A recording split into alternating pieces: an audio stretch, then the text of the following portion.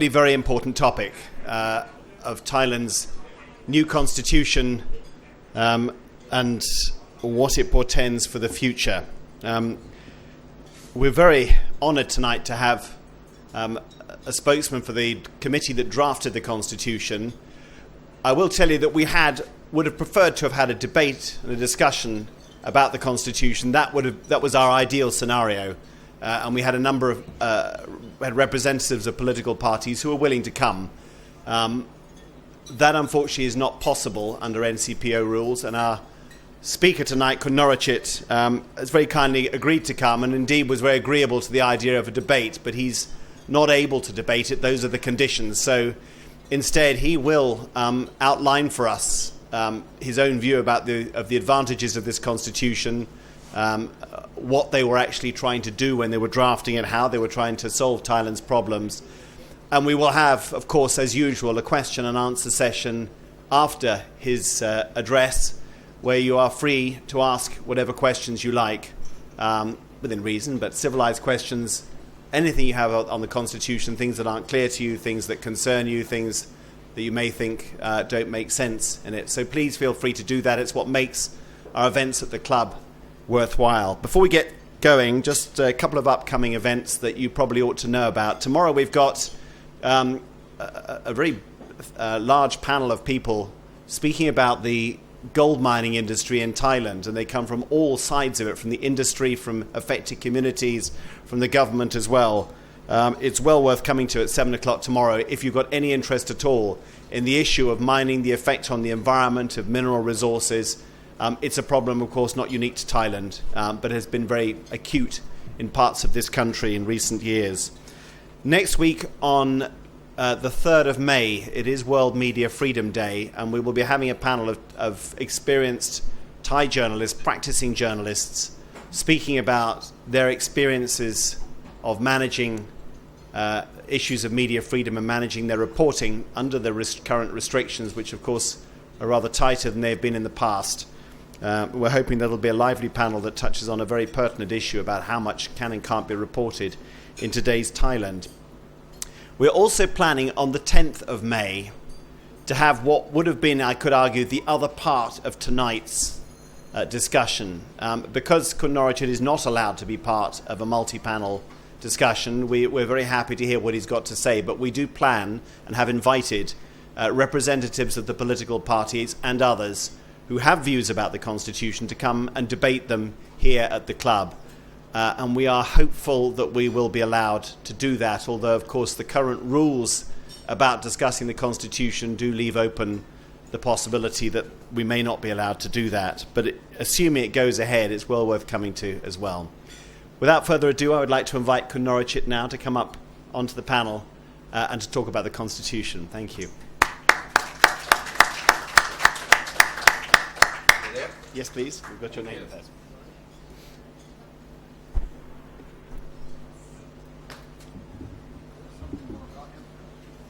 Good evening. Can you hear me? Thank you, Jonathan. Yeah.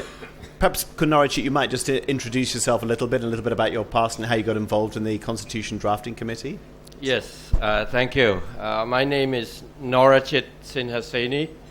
I'm a member and the spokesperson of the 21-member Constitution Drafting Commission.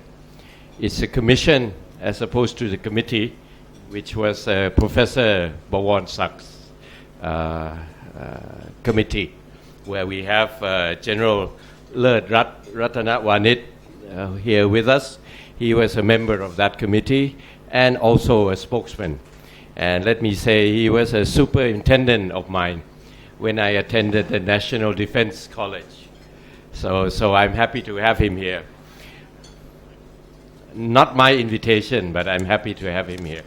Number two, I'm asked to introduce myself. I'm, as you know, the spokesman, and I probably came into this job because I was previously a spokesman for the Ministry of Foreign Affairs.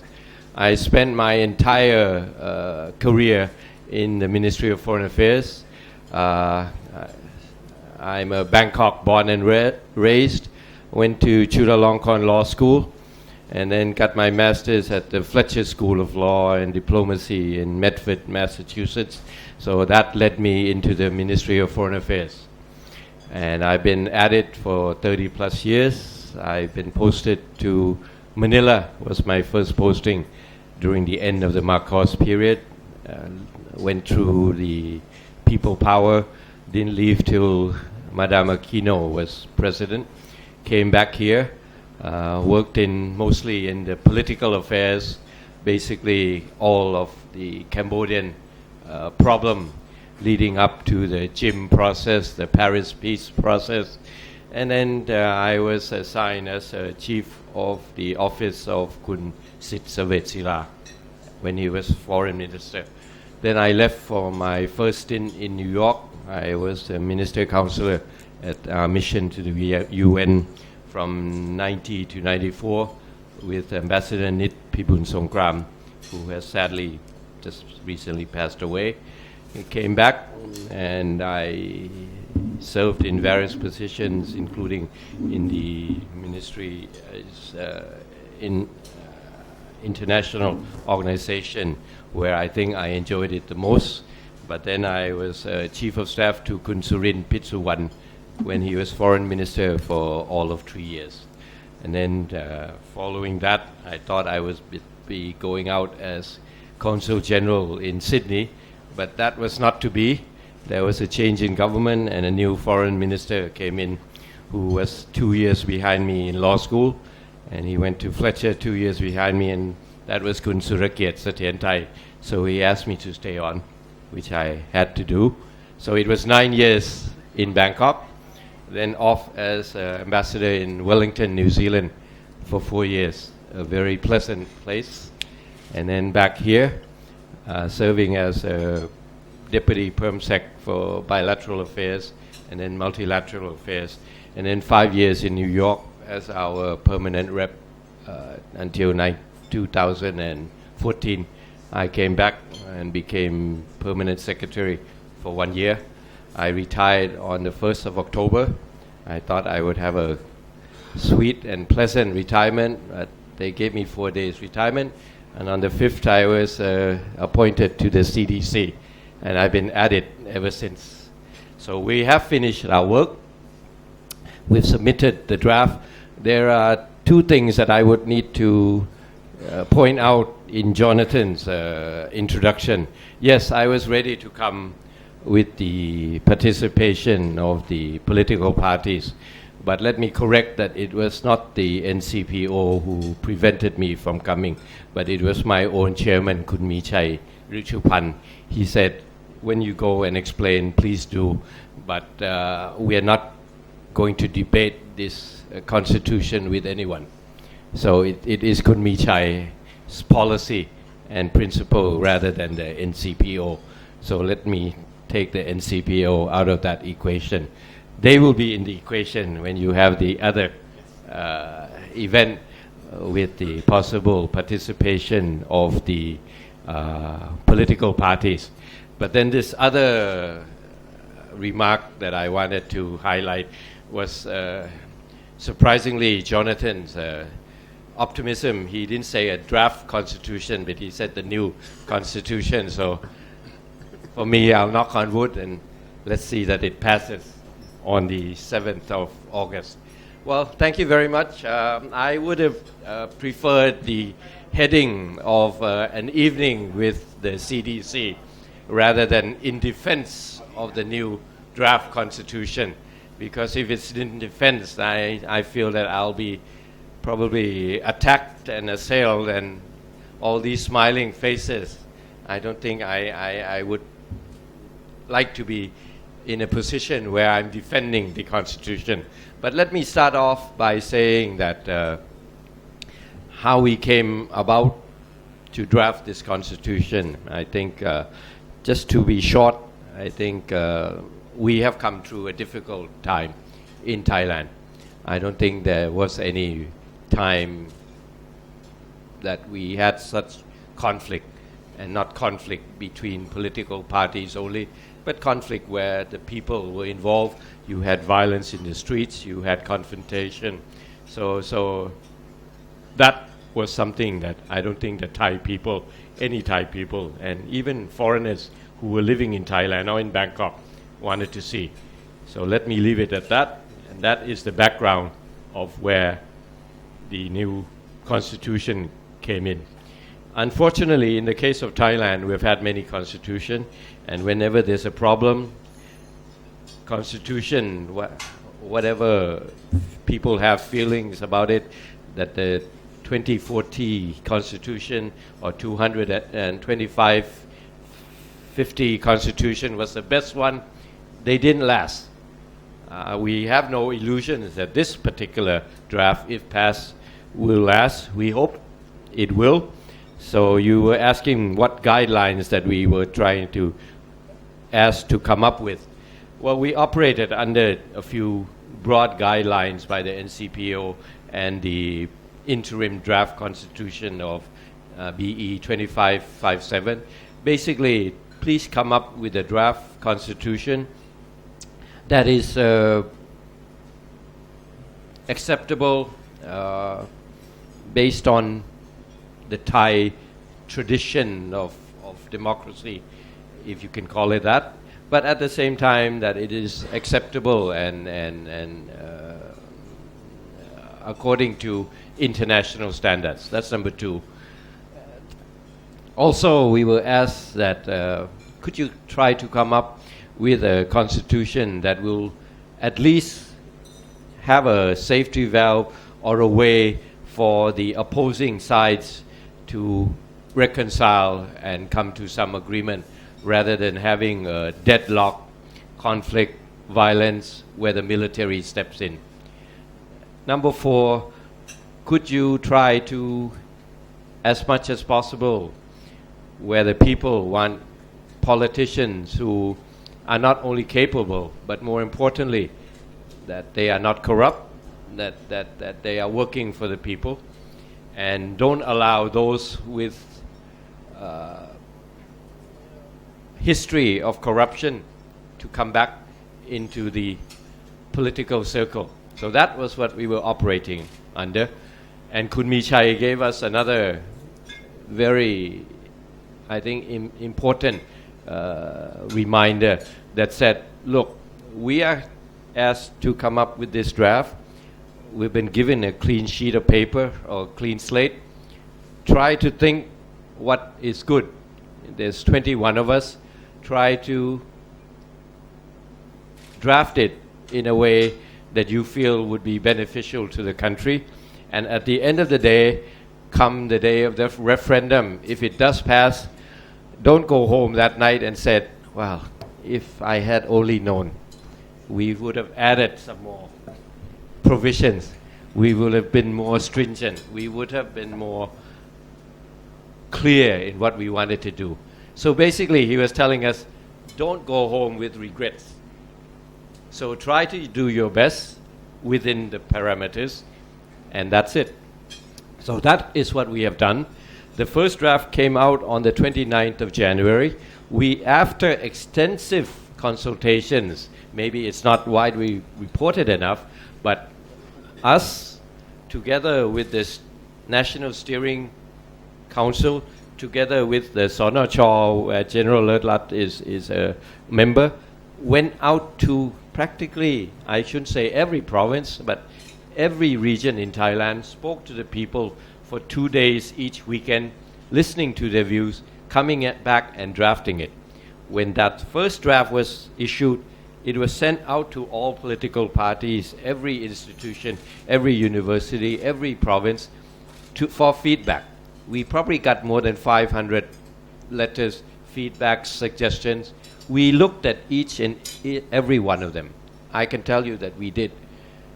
If not at the committee level, then the subcommittee, we were classifying it into different chapters, looking at all the proposals and trying to come up with something that would be acceptable to all these various interest groups. We are now hearing a lot of comments, criticism in the papers, because we have tried to come up with something that was newer in Thai constitution drafting. As I said, Many people are saying the BE 2540 was a very good one. It was improved by the BE 2550 with more freedom, more liberty for the people. All the things you could think of, environment, rights of the community, protection of the resources. But we said, look, that was very novel because you didn't have it in the past. But nearly 20 years have passed. Laws have been enacted. Take environment, you now have the EIA. All these acts are in place. Do we want to continue that way of adding on to it? Whatever you can think of, just add it on. Because there is already criticism that you came up with a 279 provision constitution. That is so long. But you are here, you've witnessed it. People are saying, look, it's not in this constitution, but it was in the previous one. Kun Michai compared it to a photo find game. I don't know how many of you like that game where you go to one picture and there are vases here. There's a picture there. In the next picture, there is no vase. And they're saying, there is no vase. Something must be wrong. You are not giving importance to this. But the concept that we've come up with is, number one, all the fundamental freedoms, freedom of religion, freedom of association, freedom of your household, everything is already included. But what we have done is those freedoms and rights that are considered for the social good, like education, like public health, we have not just added in the same vein that we have did in the past. What we have done is come up with a new chapter saying duties of the state. Not power of the state, but duty of the state. Now it is in that chapter that this chapter are the provisions, are the things that you have to do in providing public health, in providing education. In the past, yes, you have those rights and freedoms, but you had to ask for it. You had to demonstrate for it. Now we're saying it's already there. They are saying it's no longer in the rights and freedom, so you're not giving importance to it. And we are saying, no, it is already included. And we've also added a clause saying that any rights and freedoms the Thai people enjoy, if they are to be curtailed, they have to be in the constitution or in particular laws. Those laws have to take into account human dignity and not be overly burdensome. So that is what I'm saying on the issue of rights and freedoms. Okay, let's now move to the political side. I think what we have tried to design is something where all the polls that you read, what is important to you in a politician? Number one, the Thai people are telling us honesty, not corrupt, thinking of the people. Ability comes after. So that is what we've designed. We are not preventing anyone from joining the political process. Those that had been prevented in the past, if that time has lapsed, they are free to join. So those connotations of the 109, 111, they are still free to contest any elections, be in any party. So that is clear.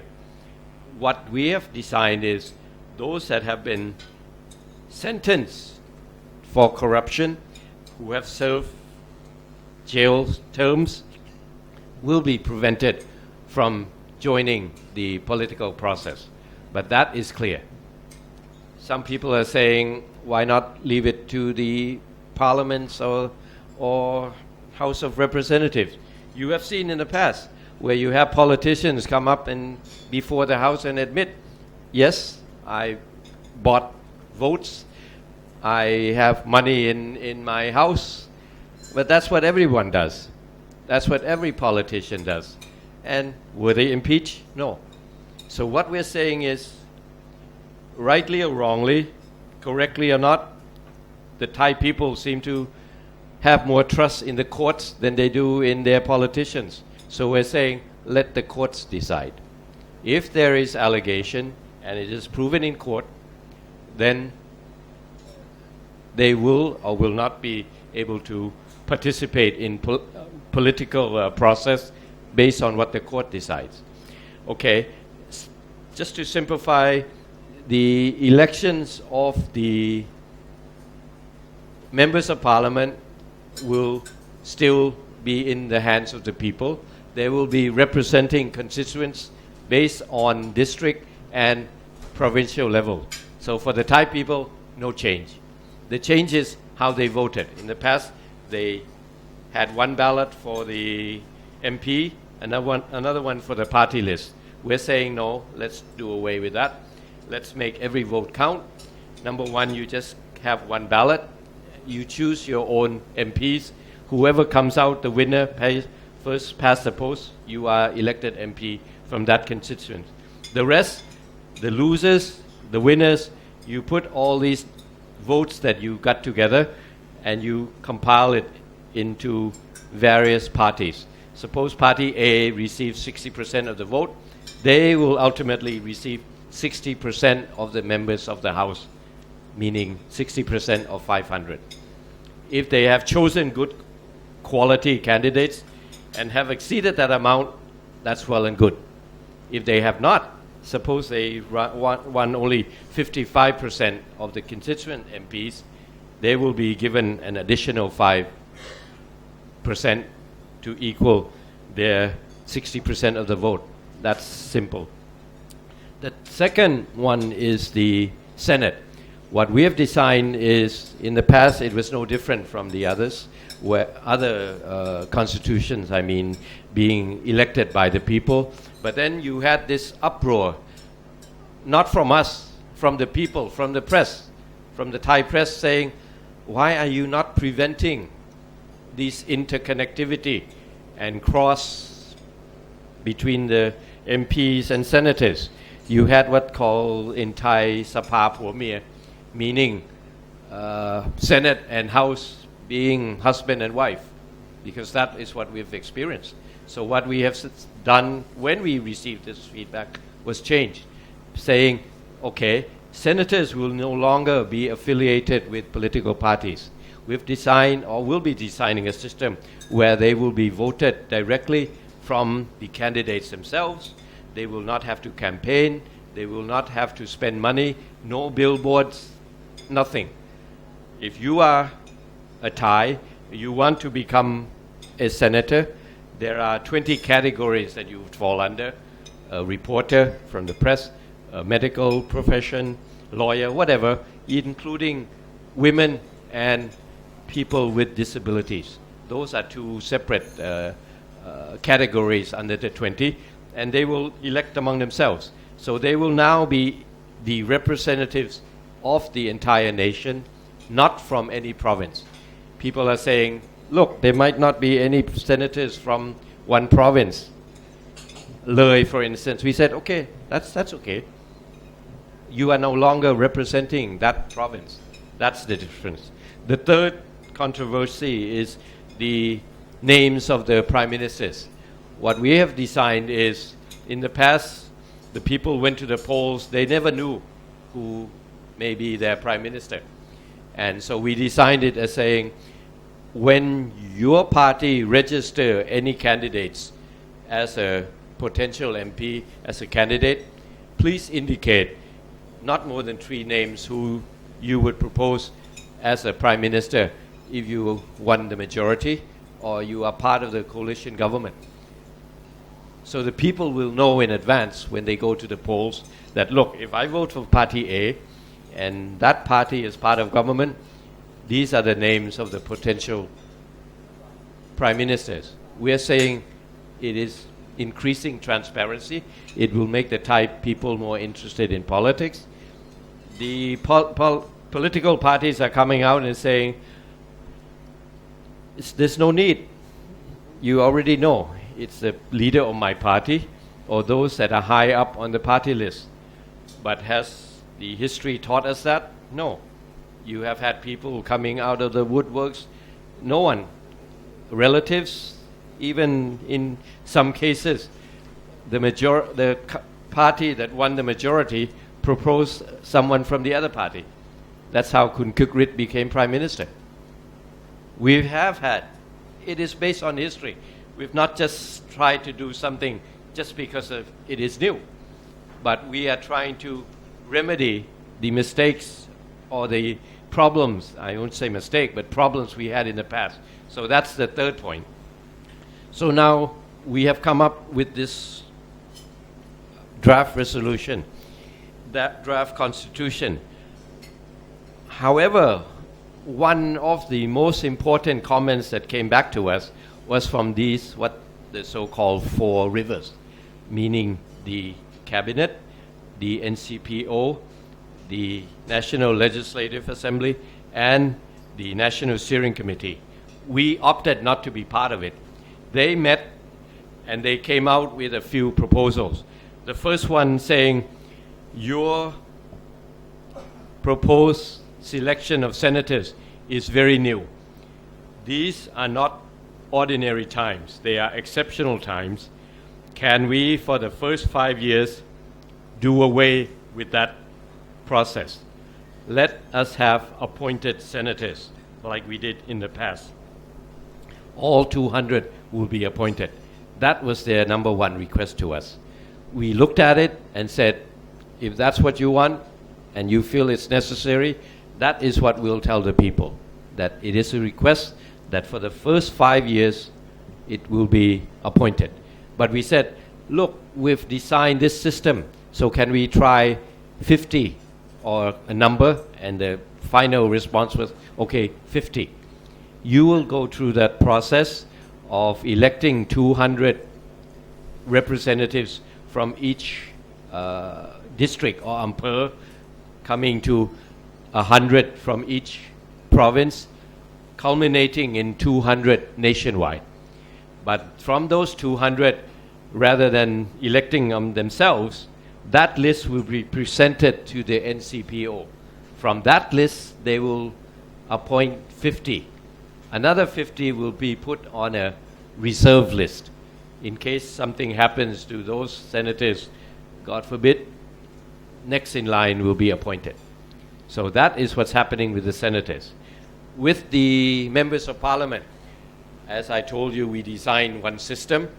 There's already criticism that from the bigger parties that you are designing something that will reduce our numbers. There will be smaller political parties winning seats. They will be, in effect, forcing us to have a coalition government. Then you hear it from the smaller parties saying, how can we compete with these political parties, bigger political parties, because we don't have the manpower nor the money to send or field all these candidates where the numbers in turn will come back to the party. So we're getting it from both sides. But the NCPO and the government and the combined four rivers were proposing another system where there will still be direct elections from the people, but the districts will be divided as it was, with 3 members of parliament from each constituency. But the people, when they vote, will not be voting for 3. They will be voting for 1. And the criticism is that the larger parties, unlike the past, will not get all 3 or even 2. There may be a possibility that they may get 1, the rest will come from the other parties. Meaning you are further reducing the strength of the political parties or the larger political parties. We said, look, this is so opposed or so different from what we have designed, so can we stick with what we propose? And that is where it stands now. The third proposal is the nomination of the Prime Minister. They are saying it's very new. There could be problems. Suppose You propose someone and the political parties who form the coalition cannot agree. Suppose there's a deadlock. Suppose some of them change their minds, leave the party, or even pass away. What will happen then? Please devise something. So what we have done is come back and said, let's maintain that provision, but let's find a way out. If there is indeed a deadlock in Parliament, which we feel is unlikely because the political parties by nature want to be back in power, they want their men or their women to be members of the cabinet, to be prime minister. That is the objective. But we said, okay, if there is some doubt, we have found a proposal where half of the House, meaning 250 MPs, can petition the Speaker of the House to waive this provision, meaning you can propose the Prime Minister from anyone, not on those lists. We said, okay, let's try to do that, but since it is almost like requesting an exemption from the Constitution, we're saying let the senators become involved. Let that decision be made by the combined two houses, and the majority, not only a simple majority, but 2/3. So that is what we propose. If that is the case, then the selection of the Prime Minister reverts back to the House. It is still the House who will elect the Prime Minister, but not with the Senate, back to the House again. So that is the final outcome. So that is where things stand at the moment. But there is one more item that is a lot creating some discussion. I shouldn't say controversy because Kun Lerrat is here. But the government or the NCPO said, when you are conducting this referendum, originally the people will be asked to say, do you accept this constitution or do you not accept? And they say, let the National Legislative Assembly be allowed to ask one question. Whatever that question will be, let them decide. The joke was, many people are saying, we're so happy with the situation now, let's ask the question, would you want the government to continue for another 5 years? That is a joke. That has not happened. What has happened was a question posed that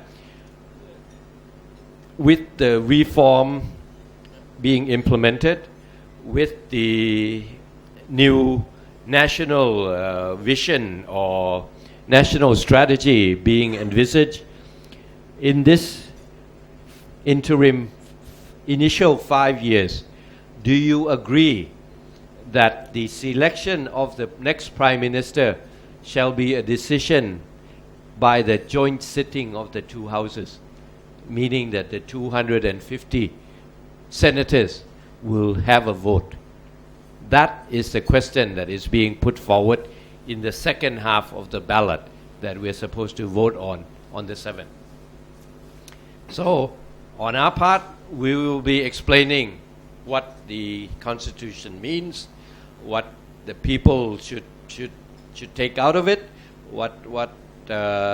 whether their rights and freedoms have been reduced, has it been increased. It's for them to decide. But the National Legislative Assembly will be joining us on all these outings and explaining what their question means. So that is what's going to happen on the 7th of August. There are 3 scenarios possible. One is that both questions, the response is positive. That means our constitution is adopted.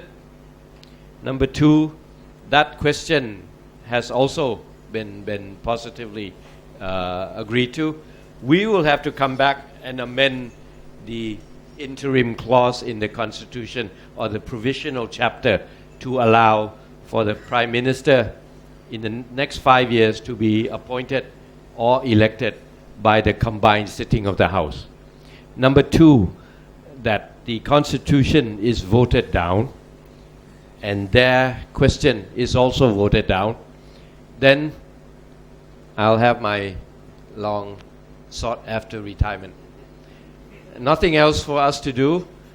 The commission will be dissolved like Kun Bawonsak's committee, and that is the $10 million question: what comes next? When we were appointed, it was in the interim constitution that if Kun Bawonsak's committee does not pass the approval of the legislative, then we are appointed. If we are voted down, nothing is written anywhere. You are hearing a lot in the newspaper of possibility of the government picking any constitution that they like, or even our draft or any draft, amending it as they like, and promulgating it directly to the king. No more referendum, no more assembly. So that is the second option. So when you hear all these political parties saying, vote against it, you are also hearing them saying, but be prepared for elections. Gear up for elections. So you read what that means. Number two, if it does not pass, you don't know what you're going to be looking at. So that's the choice. Number three, if our constitution is not passed and their question is approved, what does that mean? It means I'll be an onlooker. Whoever drafts the new draft should keep in mind that that is what the people want. I think we've already heard that being said by the Deputy Speaker of the House, Kun Surachai, when asked what could happen, and he said, well, if the people decide that, then it's for the new drafters of the new draft, if there is one, to take that into consideration. So those are the three. I won't be accepting bets on whether it passes or not, although someone has at that table has challenged me to it. I said I'm ready to vote both ways. In that case, I can say that I won, and if I do win, then we have 8 more months to draft 10 laws. What is of interest to you is this 8 months, is it prolonging the NCPO? Is it prolonging this government? Our answer is no. We will be drafting the 5 essential acts. Number 1, the acts governing the election of MPs, because it's a new system. The acts governing the selection of senators, because it is new. The act on the political parties, because there are a lot of new provisions on how political parties should behave, how they should field candidates, not just the party leader, but the rank and file of political parties should be involved. So that we will be drafting. The 4th is the act regarding the National Election Commission, which they will have more duties.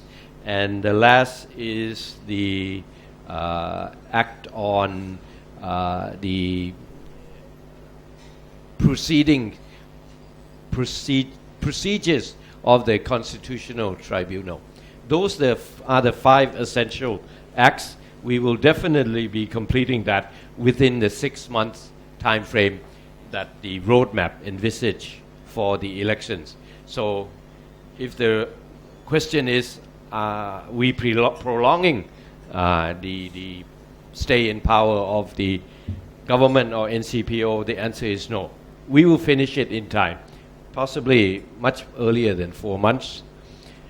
If the Constitution is passed, as soon as all these acts are in place, it says you have to hold elections within 150 days. So that is clear, within the next 5 months after all these acts are in place. So I think I've taken a lot of your time and maybe telling you things you already know, but I thought it would be useful to give you the issues that are being played out in the Thai press on a daily basis. There are other issues like education, rights of the community, public health. We feel we have not curtailed any of these rights. And I think what we have been surprised is even academicians are reading the Constitution as saying, if it's not there, then we are prevented from doing anything, which is not true. They are saying, when we are saying that children should be given free education, not only what is compulsory, but starting at kindergarten, 3 years of kindergarten, we are saying this will be a way to bridge the poverty gap. Rich people send their children to kindergarten. Poor people don't have the money. We're saying, let the government provide that. They are saying, well, what happened to the last 3 years of high school where the government had been providing it? You are depriving us of it. How can you say that? We are saying, please continue. The government has the budget, has the manpower, has the infrastructure, the schools are there. Continue. You are doing it without being included in the Constitution. It is exceeding the compulsory education. Why are we preventing you from doing it? So it's just entirely strange mindset that says, if it's not in the Constitution, you are depriving us of it. We are saying no. Go ahead. Even to university level, if you have the money. Same applies to public health. They're saying all this 30 baht, bat tong, the gold card, you are doing away with it. We said no. Go ahead. You have the policy, you have the money, go ahead and do it. So, thank you very much. Thank you, Norachit.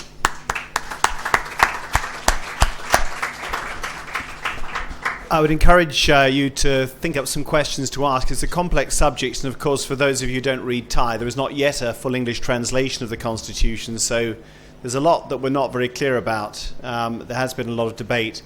I'd like to give priority to working journalists if possible. The microphone is up there. When you ask a question, could you please introduce yourself first of all? Marwa, no? Thanks. Is this working? Hi, Norachit, thanks very much, Marwan, Mark, and Mark. You didn't address the issue of the Constitutional Court in this Constitution, and I think one way of understanding where Thailand is heading is the powers of the Constitutional Court. What new powers has the court been given, and what's the thinking behind that? Thank you. Well, the Constitutional Court, I think, was given a lot of written up and criticized, saying we're giving them unrestricted powers. We have looked at it and we feel we have not increased their powers in any way. They are still asked to pronounce on matters that may have opposing views under the Constitution. Basically, they are interpreting the Constitution. That is not something new.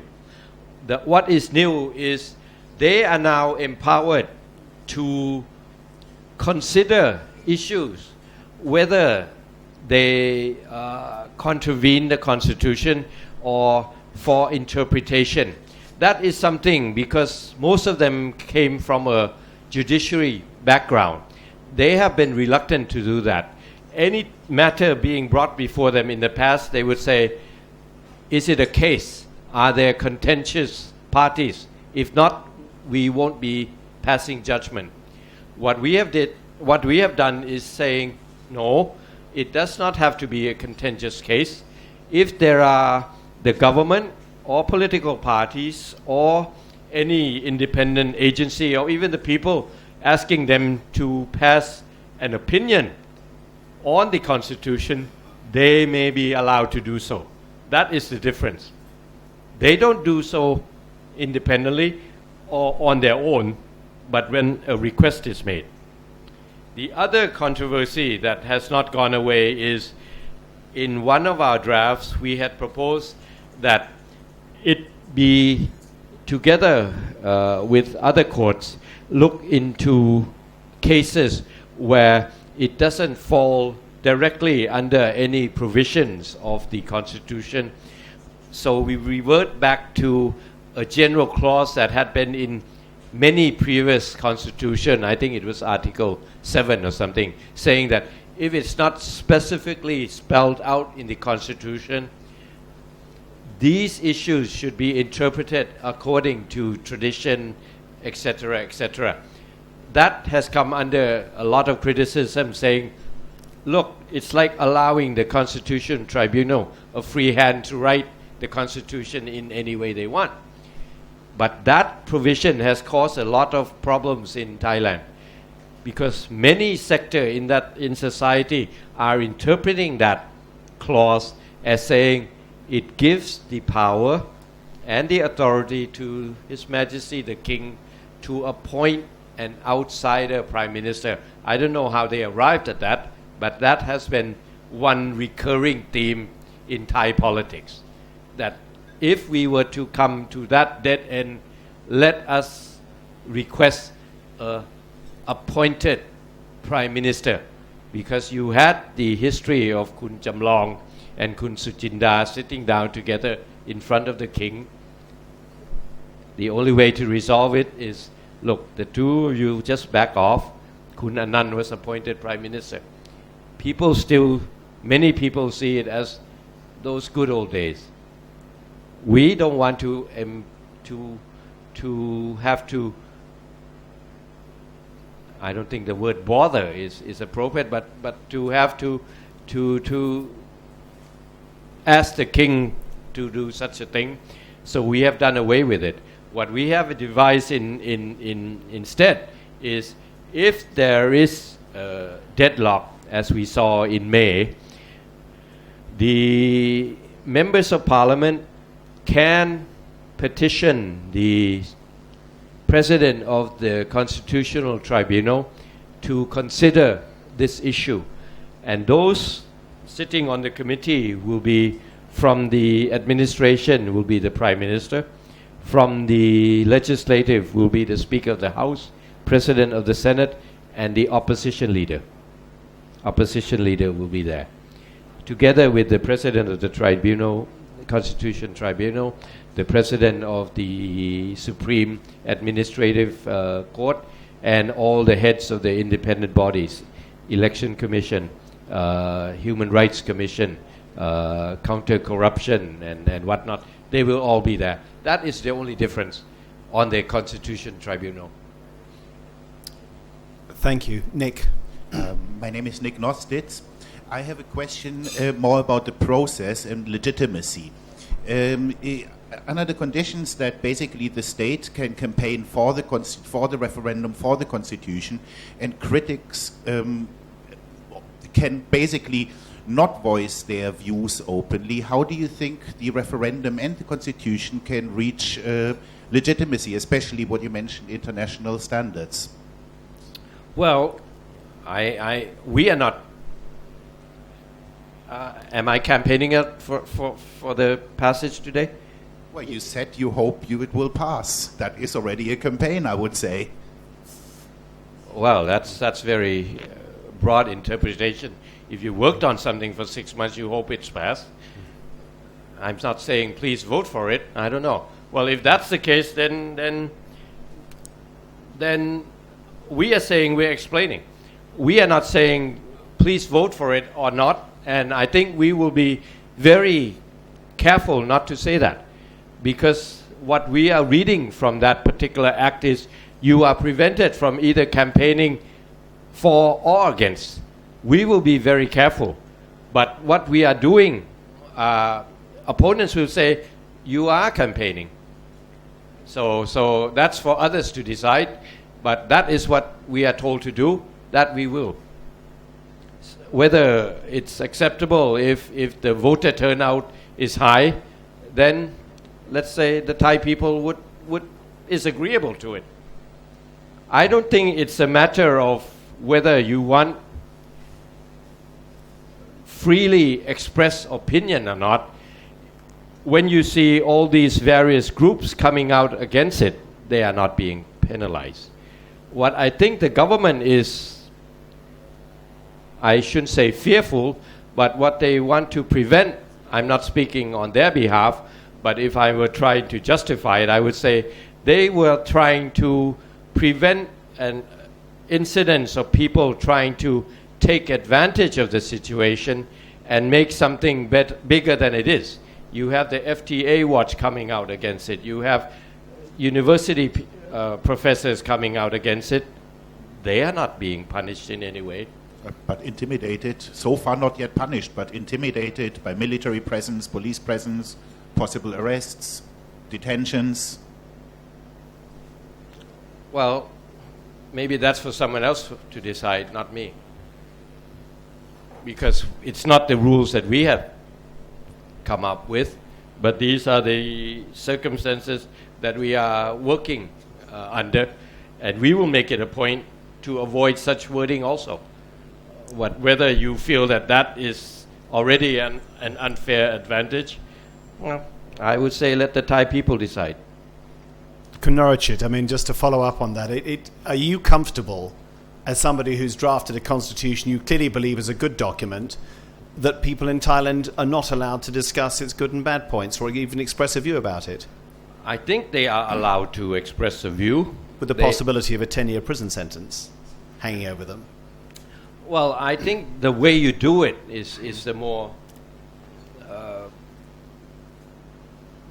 what should be, in my view, how you express it. If you take the occasion to make it a public demonstration, like what you saw at one of my universities, Chulalongkorn, which was clearly staged. You had people coming to a discussion on the Constitution, and out of the blue, but I don't think spontaneous, you had 30 people raising a scripted placard saying no. But what's wrong with that? I mean, this is how things are normally discussed, isn't it? Yes. What is wrong with that is I feel that in Thailand, when people feel that they have the freedom, sometimes there are groups that take advantage of it and push it, I shouldn't say to the limit, maybe exceeding the limit, and just using that opportunity for causing disturbance. The more I discuss this, the more I feel I'm sitting here not defending the Constitution, but defending actions that are not in the Constitution, that are not drafted by us, and it is by the powers that be. And let me say, I'm not saying I'm for or against, but let me just limit my response to the Constitution. You can say that I have not come up with a reasonable answer to your question. I'll accept that. Thank you. Can I have the next question, please? My question depends on... Can you identify yourself? Sorry, thanks. My question depends on my correct understanding of something you said. You said that there are approximately 20 categories for people to enter the becoming a politician. No. Senator. Senators. Becoming a senator. And among those categories are women and people who are disabled. So I understand that correctly. My question is, why is it necessary to have women and the disabled as distinct categories instead of treating them equally to everyone else? Yes, well, it's reverse discrimination. It is not a qualification to become a politician. Far from it. Politicians representing political parties or having been a member of the committee of a political parties are barred from being senators. We are looking at a new set of senators who are representing the people from all walks of life. We have designed that system where you will be applying to become a senator based on any particular group you are affiliated with. It could be a lawyer, a medical profession, whatever. But we feel that for people with disabilities, they should be represented. Women may be a simple housewife. I delete the word simple. A housewife. They are not part of any profession. So they won't come under any of those, possibly don't come under any of those professions. So we're allowing them because people are saying the women are not represented enough. People with disabilities are not sufficiently well represented. So those are the categories you can apply to become a senator. A woman, a lady can say, no, I'm not applying as a woman. I'm applying as a lawyer. That's possible. Thank you. Okay, thank you. Next question, I didn't please. get where you were from. Yeah, sorry, can you... I've been living in Thailand for 20 years. Yes. And my name is David, and I'm originally British, and I'm working in the IT field. IT, okay, because Jonathan was saying, please identify yourselves and your affiliation. That's the only reason I asked, not your country of origin. I'm sorry. Thank you. Next question, please. I don't know quite what details to give, so I'll be brief. Michael Mackey, freelance journalist. This is another of those questions that I have to preface with the comment, I hope I've shown I've been listening and understanding. It strikes me that what you're setting up is a very complicated system. Are you not worried that it might actually, rather than ending political chaos, keep it going? And if I can draw a parallel, which maybe proves that I've not been listening, although I hope I haven't not been listening, if you can understand two double negatives. You were talking about what is effectively called functional representation. Are those constituencies got to be of the same size? Chris Patton tried this when he tried to democratize Hong Kong in 1992 or 1993. One of the criticisms that got made was not what he was doing, but the principle that these functional constituencies, as they were called, were very uneven in size. And it raised questions like you had maybe 20,000 lawyers representing one legal representative, but 500,000 construction workers electing one building worker, one construction industry representative. And so are they, very quickly, are they all got to be one size? And in your idea of definitions, would disabled, how would you define disabled? Will you list them? Would it include, for example, people who are disabled, who are disabled by something like alcoholism? Just those two questions, and then I'll come in with the third one. Well, the first one is, the short one is yes.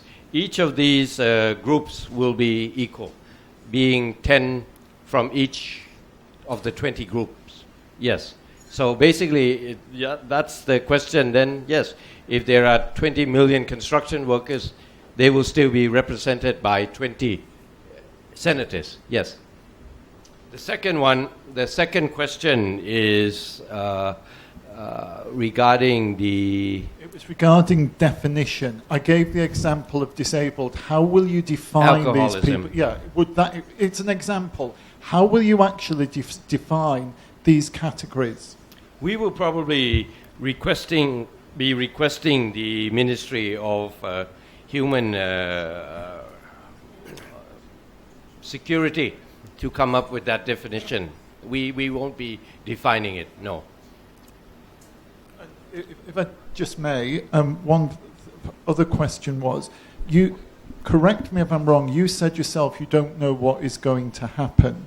When you were framing this document, was any thought given to the economic consequences of maybe an unknown constitutional setup post the vote on August the 7th, or did you only look at it in terms of a legal document? Thank you.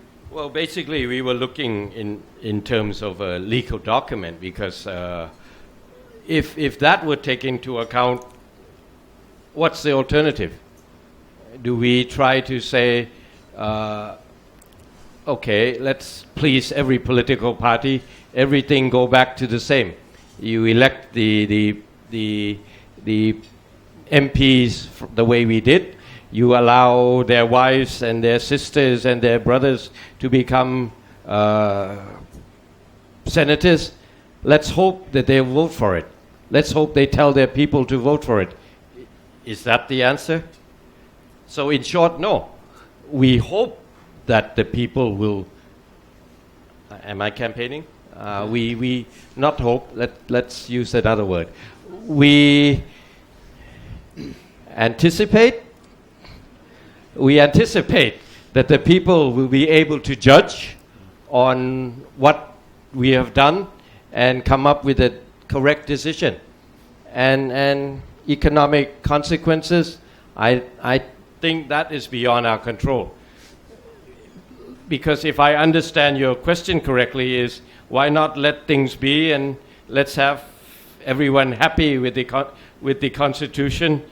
Let's go back to the BE 2550 Constitution, regardless of what has happened in the past 9 years, regardless of all these acts and laws that have been enacted, and let's go back to that and hope everyone is happy and vote for it, and we'll have a good stability in the land and the economy will prosper. No, I don't think that was what we were doing. Thank you. Next question, please. So Nirmal Ghosh from the Straits Times. Two quick questions. One is, how easy or difficult will it be to amend this constitution? How flexible is this constitution? Second question is, this is Thailand's 20th constitution. As someone who helped to draft it, how do you feel about, and who's been spent so long explaining previous governments and previous political situations for Thailand, how do you feel about the fate of the previous 19 constitutions? Because often they've been designed as foolproof constitutions, and then the situation has been driven into a constitutional deadlock, and then the constitutions are basically abolished. Often, sometimes by the same, if not exactly the same group, but the same sort of sectors who actually helped to promulgate them in the first place. So these two questions. Thanks. Well, the first one is what I, as a drafter, yes, as I refer back to Kun Michai's guidance to us that, look, if it does pass, don't go home with regrets. Try to craft the best you can. And number two, I don't think any law, any constitution anywhere can overcome people. If the people, the politicians, those that are at odds with one another are not ready to compromise, in a time of crisis or conflict, I don't think the first thing they do is run to the Constitution and say, let's look this up. What do we do? I don't think we have any grand idea that in time of crisis, this will be what they first think of. No, I have no illusions of that. And, Sorry, Nirmal. Amendments? Amendments, yes. The amendments will be possible by the people, by the members of parliament, but it will have to be passed by both houses. The numbers are in here. I can't quote you the numbers, but after dinner I can find it out for you. Will we be in a situation under the previous constitution where the Constitutional Court itself ruled that to try to change the constitution was illegal and unconstitutional? You may recall the verdict that was given on the Yingluck government's attempt to change the constitution. The Constitutional Court ruled that it was actually illegal to try and change the constitution, and actually the people involved were very nearly prosecuted for that. I wonder how we avoid that in the future. Well, if it does pass in the houses, then that's something for the Constitutional Court to have to deal with. But it's basically what it is. It's not a change in the Constitution, but it was an attempt to absolve people of wrongdoing. Next question, please. Kad Satrusiang, German press agency. You've mentioned just now to Normal's question that it'll be up to the people if they want to change the constitution in a time, and that on the previous question you said over the last 9 years, Thai citizens have shown that we may not have the most compromising of attitudes when it comes to politics. With the changes added into the constitution at the request of the NCPO, do you feel that this government and this constitutional drafting committee has a serious distrust of the electorate, that they don't know what's best for them, and over time they can't regulate themselves, and that's why they need to step in, that's why they need a constitution like this? Thank you. Well, I can't answer for them. Well, what we have done is we have not come up with that provision. That request came from the power that be with a reason. Whether the Thai people can accept that reason or not, we just repeated that verbatim. The records are there that this is the provisions or the arrangement that we have proposed. This is what is being faced at the present. For the next 5 years, that is the difference. But as someone who is also a Thai citizen, in addition to a member of the CDC, don't you feel it's your obligation to ensure that there is some stand between the people, some filter between the people and the powers that be, as you say? Filters. Filters, buffers, that all their wishes aren't necessarily granted all the time. People's wishes or politicians? Not politicians or the people's, the powers that be, as you say. Well, I don't know. Those are the facts. If they were to say they are going to stay on for the next 10 years, will the people accept that? I don't think so. So it's a balance between what they feel is necessary for the short term. 5 years may be long, but that is what we are faced with at the moment. As you ask me as a Thai, I won't say it's ideal, but if you were to ask me, do I want to go back to May of 2 years ago, my answer will be different. Next question, please. Hi, my name is Peter Morris. I'm a legal researcher. I'm looking at Burma's constitution now, so I'm not very familiar with civil law, so you have to bear with me. The Constitutional Tribunal, okay? You said they're going to, under the proposed constitution, they're going to be able to opine on issues that are not cases or controversies, right? So I'm just wondering the extent to which those decisions are binding on future decisions, especially if future issues are not necessarily on point, okay? So that's the first question. And the second question is maybe more of a political thing. There's a perception out there that the judiciary is biased. Is the current regime or any of your people, is anybody trying to address this issue? Number one, the Constitution Tribunal, I think it is not that different from the past. As I said, what we have drafted was not giving them more powers, but allowing to be able to interpret. If someone already says it's clear in the Constitution and no one objects to it, that is how it will remain. Only if there is an objection, there are opposing views, where in the past, these people in the Constitutional Tribunal, with their judiciary background, have been very reluctant. They are used to trying cases. They're saying, if it's not a case, If it's not contentious, we're staying out of it. We have added a sense that an opinion could be requested of you, and you are empowered to.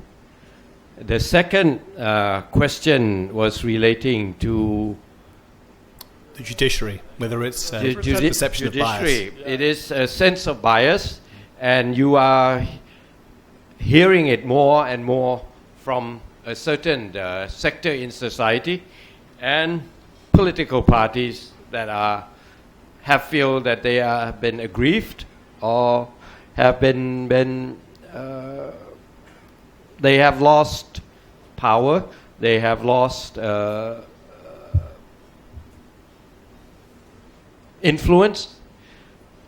But in all the polls, as I said, the judiciary may not be perfect. There is a sense of bias. But when you ask the Thai people of who you trust more, judiciary, politicians, political parties, the answer is clear. It is the judiciary.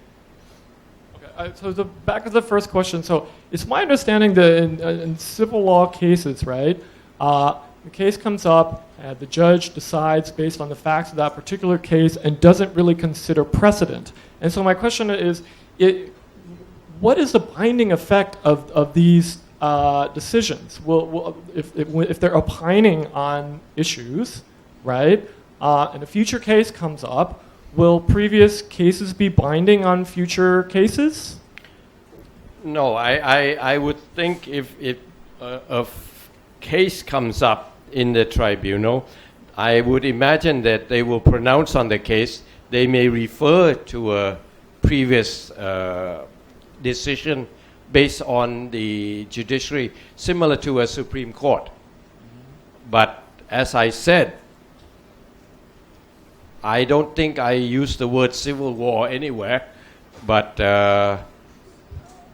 what we feel is in the past, the politicians or the opposing powers have not resorted to laws, constitution, and whatnot, but they have resorted to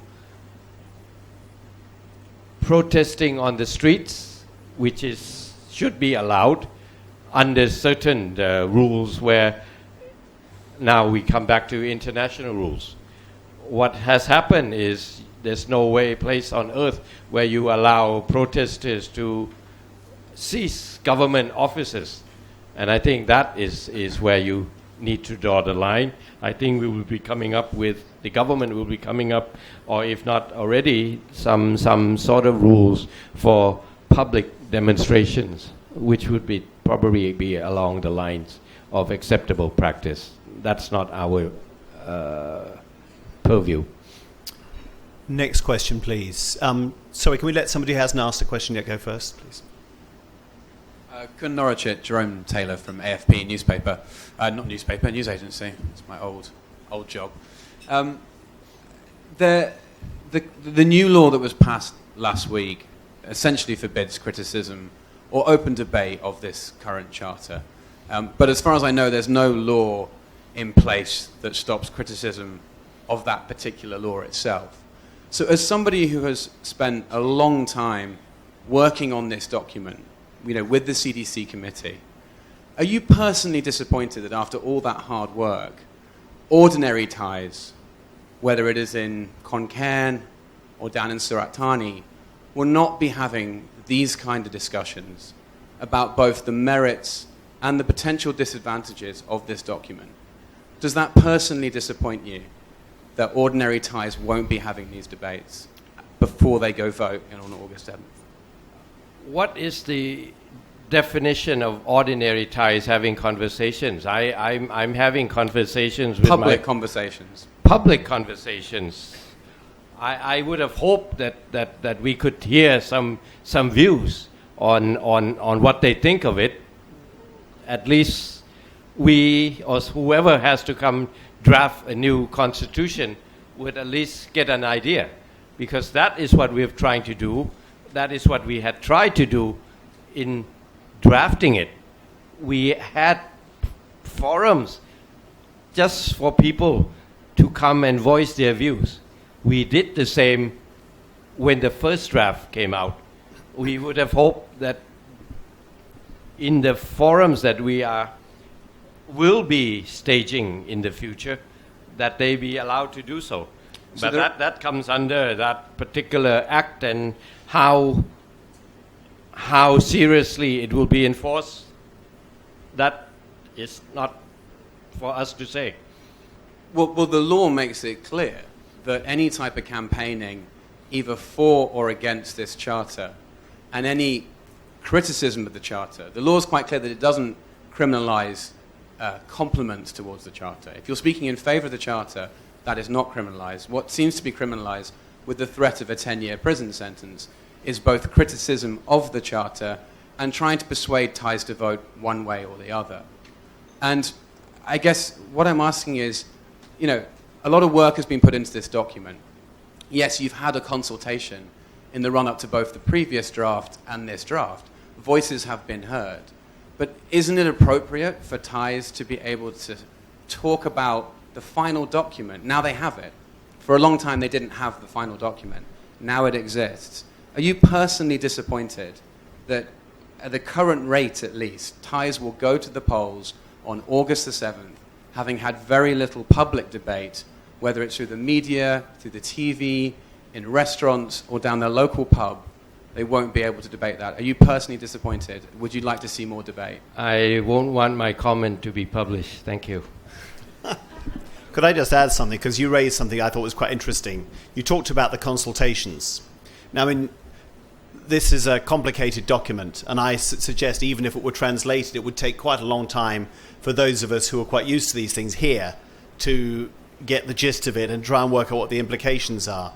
For any Thai person living in a small town whose education may be a bit more limited, it's going to be a real struggle. The only way, surely, you ever can get some sense of engagement, a genuine engagement, is to allow people who do have opinions to express them, and for the public to hear them and to hear the different opinions fired backwards and forwards, which is precisely what the NCPO has said it will not allow. I mean, the consultations you had, or the letters, you must know that probably very few of the people you were meeting had any real idea what was going to go in that constitution. Well, let me say this. We, on the 18th and 19th of May, will be addressing a group of 320 representatives, 5 from each province, chosen by the Ministry of Interior and the Ministry of Public Health, to explain to them the gist of this constitution. They are what's called trainers A. They in turn will go out to each of their province and train many more. Ultimately, 320,000 of these trainers will be out in every village to explain. And I'm sure once they say something, people will be asking questions, will be voicing their agreements or disagreement.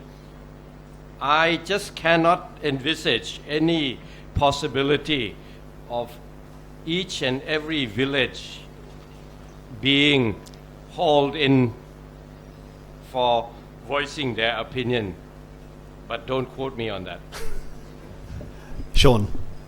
Sean Crispin, the diplomat. I know you don't really want to speak on the referendum law, but it is the issue of the day. I wonder if perhaps we're not missing the point, and that the real reason that this referendum law and these curbs on freedom of expression have been put in place is that the NCPO does not want the referendum to effectively become a referendum on their rule, and that the referendum becomes a referendum on, do you want a continuation of military-guided rule or not? So I just wonder if perhaps we're missing the rub here, that the reason there are these curbs is not so much to debate the merits of the Constitution, but rather the NCPO does not want the referendum to be a vote on themselves and the continuation of their power. I wonder if you might comment on that. I think that's an opinion and not a question. Do you have a view? No. David. Hello, me again. I'm wondering if this constitution had, or if it was considered to include any section on the rights of non-Thais living in Thailand long term, such as permanent residents, members of AEC, because currently the process for gaining permanent residence, the process for AEC citizens to work here, it is very convoluted. And I was wondering if the Constitution included anything to simplify things. No.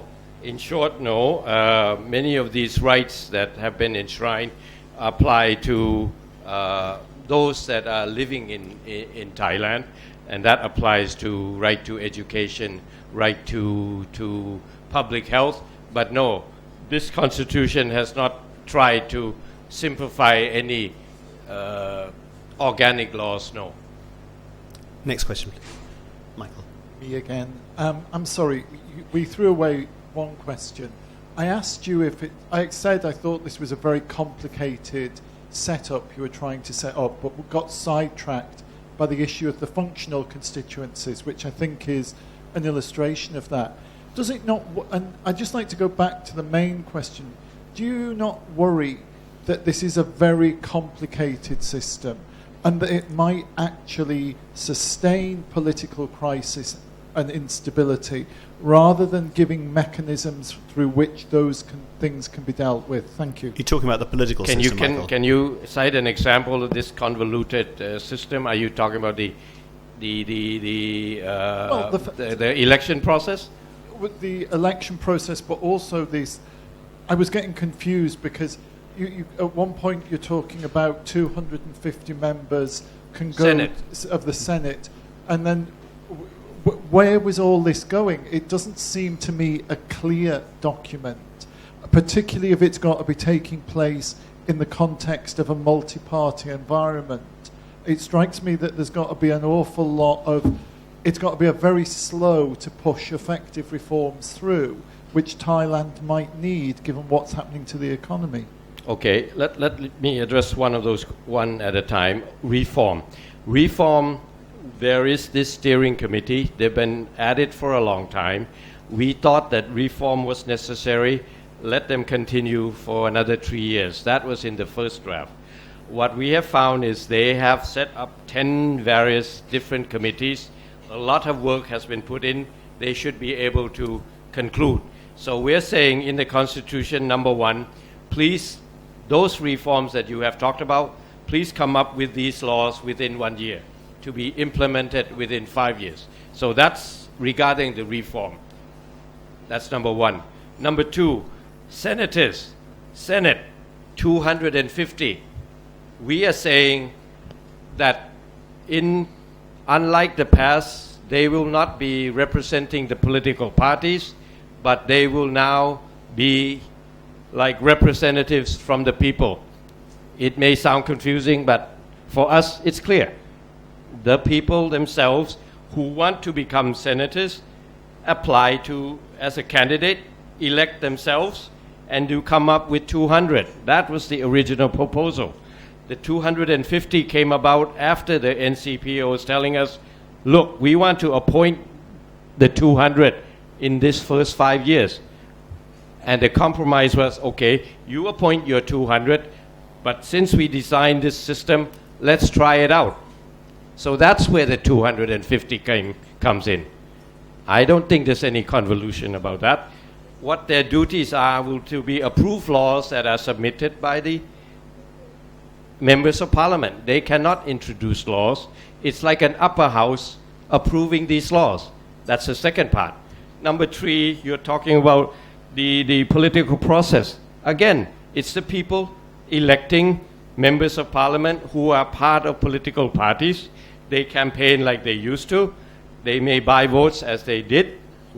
We are trying to make it more difficult. We're trying to make it the penalty strong. But at the end of the day, political parties will be campaigning.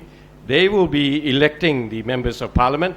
Whoever gets the majority in parliament forms the government. I may be simplifying it, but that's the way it is. To be clear, the Senate under your system is not elected directly by the people, is it? It's elected by sort of functional groups. It's quite an indirect selection process that many people regard as not really democratic. Well, the mother of all democracies has an upper house that is appointed. Absolutely. Touche. Next question, please. Hi, my name is Ed Knuth. I teach at Thammasat University. And you made a brief comment earlier in your prepared remarks about the fact that Thailand has had many constitutions and that you were under no illusions that this would be the last one for sure. And I was just curious, when you sit down to draft the document and you have blank paper in front of you, is that part of the process? Do you consider if there's a way you can write the document to make it more permanent, or is there a way you can write it to make it less likely it's going to be torn up? I mean, to be direct. I mean, is that part of your process, or do you consider that out of your hands?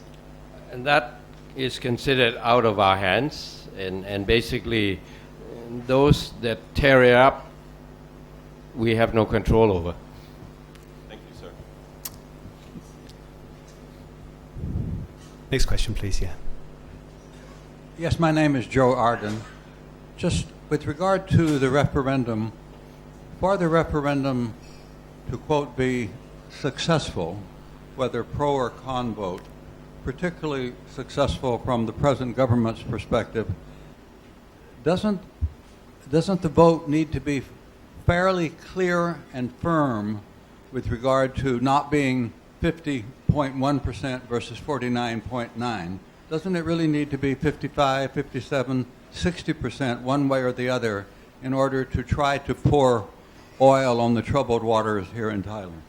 I don't think any percentage will be able to pour cold water over that. If we were to say 60, or if the NCPO were to say 70, I'm sure tomorrow's headline is saying it's going to be rigged, that they'll be staying in power because they set the bar so high. It's basically the people to decide whether it's 50.1 versus 49.9. Is it a majority? Yes. Is it legitimate?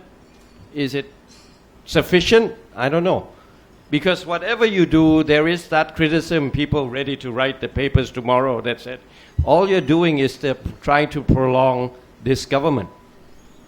You are making it so difficult, and ultimately, if the referendum doesn't pass, you have succeeded in prolonging the life of the government. And is it our doing?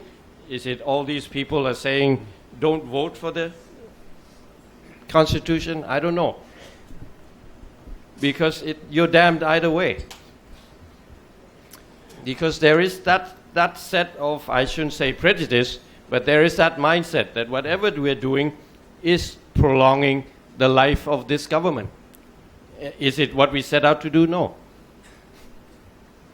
Norachit, I just had one question to throw in. It was this, that most people don't think that the last constitution had very much to do with the political crisis. That happened for other reasons, arguably because plenty of people ignore the laws and the rules. In which case, why all this effort to draft a new constitution when the old constitution is not the cause of the problem? That's where the way we've always had the process after a change in government in Thailand that was not democratic, because you were always having this clamoring of saying, how do we come up with a cleaner government? How do we force the politicians to abide by the law, to come to a compromise which is beneficial to the party, to the people? And that is where the question lies. I think you rightly said that it's the people and not the Constitution. But in the past, if you say, okay, it didn't work, the military had to step in, how long do they stay? It could be a matter of weeks, just bring back the old Constitution. Has anything been resolved? Even now, There are some sectors in Thai societies that said, if we go to the back to those days, then all that has happened has been in vain. But after 20 constitutions, I suppose you must draw the conclusion that a new constitution is not going to solve the problems that you think are critical to the country, which is, people say it's vote buying, some say it's refusal to obey laws, some would say it's extra parliamentary powers flexing their muscles. There are lots of factors, none of which have anything to do with the text of any constitution. Well, bit by bit. Number one, let's get better politicians. And that criticism has been directed at us saying, why are you so against politicians? And I don't think it's us. It is basically in response to a large sector of the Thai public wanting better representatives. And that is how we feel that in our own little way we can contribute to that. Thank you. Is there another question? Bastian Hartig from German International Television. Sorry, could you say who you are again? Yeah, Bastian Hartig from German International Television. You said before that 50 senators will be selected the way that you proposed out of those 250 to try it out. Now I was wondering, what does that mean, try it out? Will there be some point where someone decides if it worked or not? Or is it automatic that the next Senate will be selected by, if your constitution is still in place by then, it will automatically be selected the way that you proposed, or how will that work? Maybe I misled you on the word trying it out, because what we envisage, we hope will be a permanent way you elect senators. What we have been faced with is a request from the Four Rivers saying, this is very new. This is special times, unusual times. Let us do away with that. Let the NCPO appoint all 200 senators. So that was the option we were faced with, either our option or the NCPO. That's when we proposed that, okay, the 200 you appoint as you requested, but let's have the vote for the next 50. That is what we propose. The counter proposal was, yes, okay, you go ahead and do it. But rather than these people coming out with a final list through those set of elections or selection, whatever you call it, rather than coming up with the 50, we are now asked to come up with a list of 200. Those people will be electing themselves, but rather than narrowing it down to 50, it will be 200. That list, that whole list will be presented to the NCPO. And from that list, they will be selecting 50 out of that 200 will be appointed senators. Another 50 will be like on a backup list. In case something happens to the 50, any of the 50, they can appoint someone else without having to go back to the election process. That is what I'm saying, trying it out. But that is what is written in the provisional clause. So that means at the end of 5 years, the next election will be under our rules if that constitution is still in place. Last question, please, Nick. You've been just talking always about curtailing the power of politicians, which is a role of the Constitution. I have a question. Is there also a provision for curtailing the role of the military in your new Constitution, so that it may prevent the military from doing another coup?